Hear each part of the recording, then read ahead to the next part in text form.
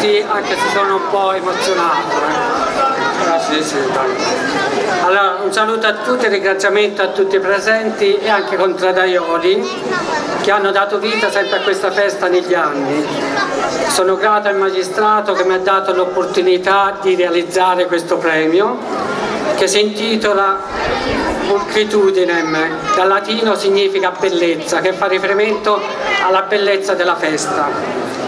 L'opera è stata modellata con la vecchia tecnica, cioè tutta a mano, con la tecnica della ceramica, dove sono poi stati aggiunti dei materiali nobili come l'oro e l'argento per dargli un certo valore. In più è stato aggiunto il nuovo materiale come uno specchio per dare il senso di modernità.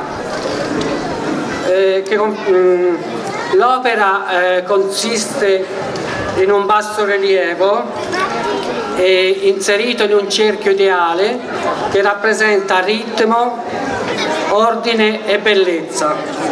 Si vede il cavallo è simbolo ideale di una bellezza classica, cioè che si fa all'antico, per le proporzioni delle sue linee, perché i cavalli hanno linee importanti. Alla destra del cavallo si vede una serie di foglie che rappresentano le 4 contrade unite, come una specie di corona di foglie di alloro che avvolgono la bellezza, cioè la bellezza della festa.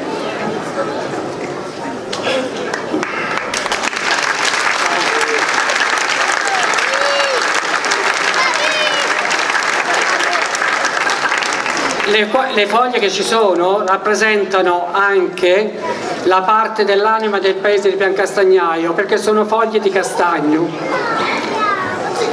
Da notare, la cosa più importante, l'elemento è lo specchio.